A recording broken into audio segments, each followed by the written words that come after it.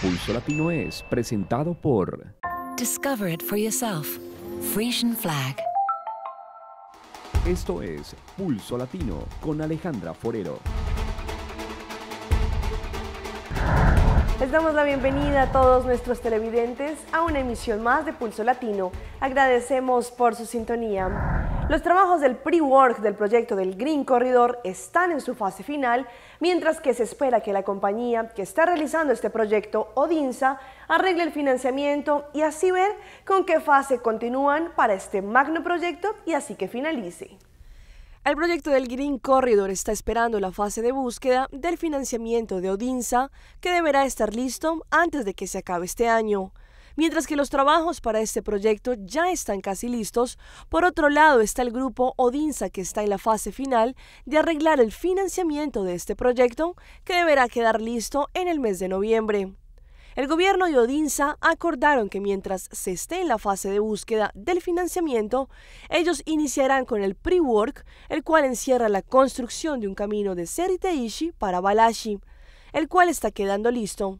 Asimismo, el ingeniero Marlon Cruz de Dewey explicó que ellos recibieron información de que Odinsa está en el cierre de la fase financiera y que esto muestra que se podría finalizar antes de que termine el año.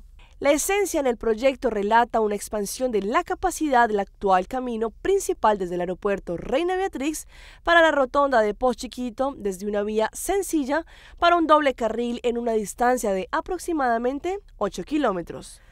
Atención que un hombre murió al intentar accionar una bomba en Santiago de Chile. Las autoridades de ese país buscan determinar si este sujeto tiene o no alguna vinculación directa con los atentados perpetrados anteriormente en la capital chilena. Un hombre aún sin identificar murió en la madrugada de este jueves en el centro de Santiago de Chile al explotar una bomba de fabricación artesanal, informaron fuentes policiales y judiciales. Según las primeras indagaciones, el hombre, de entre 20 y 25 años, aparentemente estaba manipulando el artefacto cuando ocurrió la explosión, en la esquina de las calles Erasmo Escala y García Reyes, en el barrio de la capital chilena. El estallido causó graves quemaduras al hombre, cuyo cuerpo quedó envuelto en llamas y que en primera instancia fue ayudado por los carabineros. Ellos apagaron el fuego con un extintor y posteriormente fue trasladado a un hospital de urgencias donde falleció. Efectivos policiales revisaron el sector para determinar si el fallecido tenía en su poder otro aparato del mismo tipo, lo que fue descartado. Se trata de un hombre de entre 20 y 25 años que habría estado manipulando un artefacto explosivo de fabricación casera que en esa circunstancia habría estallado.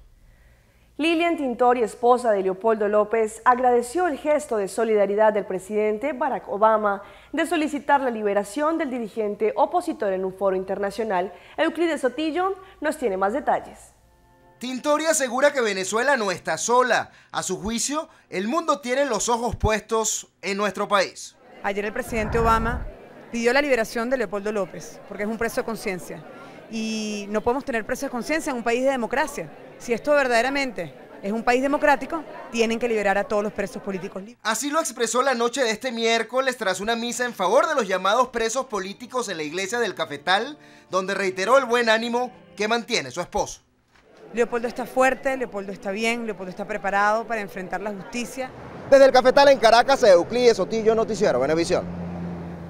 Un suboficial de la Armada fue condenado a 14 años de prisión en Mar del Plata, en Argentina, por abuso sexual en contra de su hija, pero la decisión de la justicia de otorgarle el arresto domiciliario generó una reacción de los familiares y vecinos que protagonizaron incidentes afuera de los tribunales.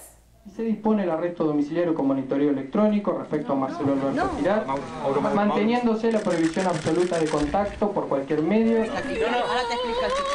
Abajo. Que alguien le explique, por favor. Ay, me está acá. Solo llanto. Única respuesta a esta decisión del tribunal de otorgarle la prisión domiciliaria al hombre, nada menos que su padre, que la violó durante 4 años, desde que ella tenía apenas 13. No se hizo justicia. Seguimos esperando más, señor. ¿Esto por qué, Milico? Tanto Rocío como su mamá fueron amenazadas de muerte durante el largo calvario judicial, un calvario que se sumó al de los propios abusos. Lo condenaron, es culpable, 14 años, pero a su casa, por la cámara, por el habeas corpus que presentó su abogada, Luz Alonso Proto, una mujer que defiende violadores. ¿Qué sientes en este momento, Rocío? Bronca, bronca. Es injusto, es un pisoteo más. El condenado es Marcelo Alberto Girat, un suboficial que se desempeña en el área de contrainteligencia de la Armada. Las violaciones tuvieron lugar tanto en su casa como en la propia base naval de Mar del Plata. Fue una jornada muy tensa. El acusado no se presentó a la audiencia final. Familiares y amigos de la víctima, sumados a activistas contra la violencia de género, se enfrentaron a piedrazos con la policía en las afueras de los tribunales marplatenses, que los dispersó con gases lacrimógenos. Estos 14 años de condena son los mismos que había pedido el fiscal. Pero la razón de la prisión domiciliaria está en la interpretación de un tecnicismo. Ni el tribunal podría imponer una pena más alta que la pedida por el fiscal, ni el fiscal consideró que podría pedir la derogación de la prisión domiciliaria otorgada previamente por la Cámara. Consideré, interpreté que yo ya no podía pedir vuelta a la detención porque no había otras circunstancias que valorar y que teníamos que estar al fallo de la Cámara que dispuso el arresto domiciliario. Salvo que yo traté de ajustarlo con un control de monitoreo para garantizarle, por supuesto, a Rocío y para garantizar que se cumpliera esa situación. Entonces, hasta que la sentencia quede firme, Girat deberá portar una pulsera electrónica y permanecer en esta casa, la misma que ayer fue parcialmente incendiada en un escrache que realizaron sus acusadores. Después de lo sucedido el viernes pasado, el Cuerpo Policial de Aruba llegó a la conclusión que es necesario adaptar condiciones para que no se vuelvan a permanecer desórdenes como lo que sucedió el viernes pasado en nuestra isla y así otorgar permisos para las siguientes manifestaciones. Después de la última manifestación que se llevó a cabo el 19 de septiembre pasado, el Cuerpo Policial de Aruba analizó y evaluó todos los sucesos para poder formular una opinión bien balanceada. Este es el motivo por el cual se tardaron tanto antes de salir con un punto de vista con un enfoque sobre el manejo adaptado a un futuro. El Cuerpo Policial de Aruba es una organización muy autocrítica en los cuales evalúan sus propias presentaciones continuamente y donde es necesario adaptan nuevos manejos teniendo en cuenta el impacto en nuestra comunidad. De esta forma, el señor Adolfo Richardson indicó recientemente, alto comisario del Cuerpo Policial. Aquí ellos pueden pensar, por ejemplo, del manejo en qué momento se envuelven los equipos de unidad móvil o, por ejemplo, el equipo del CANAIT durante una manifestación. El Cuerpo Policial es una organización que respeta el derecho a la manifestación. Es por eso que ellos cooperan lo más que sea posible en otorgar permisos que sean pedidos. Pero por otro lado, el mismo grupo de la policía tiene el deber de garantizar la seguridad de todos los ciudadanos. Para poder maniobrar en el campo de batalla se puede convertir en un trabajo complejo y en muchas ocasiones sabe traer organizaciones policiales en una situación difícil, la mayoría de las veces debido a la falta de conocimiento. Los cambios que recientemente realizará el Cuerpo Policial encerrarán un manejo mucho más estrecho, pero que el Cuerpo Policial querrá adaptar a un diálogo con las personas que están envueltas. Se hace una operación dramática a todas las personas que estén envueltas para que conjuntamente puedan hacer lo que mejor sea posible para evitar que una situación se vaya de las manos como lo que ocurrió el viernes pasado. Esto sin duda traerá beneficios a nuestra isla. Sobre la noticia que emitimos ayer en Pulso Latino, tenemos imágenes en exclusiva del explorador español cuando visitaba la cueva donde en este momento aún se encuentra atrapado. Además les contamos los detalles del operativo que se realizará para poder rescatarlo. En estas imágenes se le ve disfrutando del Perú, comiendo, recorriendo, pero sobre todo haciendo lo que le apasiona, explorando profundas y estrechas cuevas. Esta es la misma cueva en la que hoy se encuentra atrapado. Por alguno de estos oscuros y angostos pasillos habría resbalado trágicamente el español explorador. Estoy ahora mismo en el enterramiento segundo que encontramos, una galería que parte debajo. Aquí he encontrado otro esqueleto. Vamos a verlo.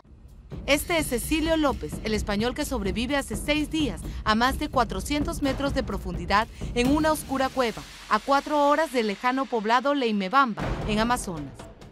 Su situación sigue siendo crítica y al parecer serían falsas las versiones de que ya se ha logrado subirlo 200 metros hacia la superficie.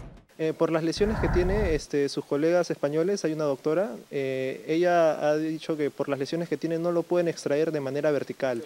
Para el complejo rescate se han movilizado desde Lima equipos especializados hasta la zona. Estos son algunos de los equipos que se han enviado hasta Chachapoyas para implementar el rescate de Cecilio, el español que está atrapado. Nosotros estamos enviando un aproximado de 180 conectores, un promedio de 20 poleas de este tipo y 10 de este tipo.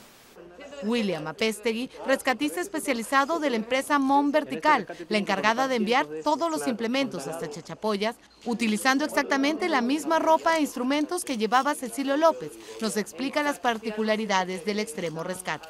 Se dificulta más porque dentro de la cueva no hay puntos de anclaje artificiales, ¿no?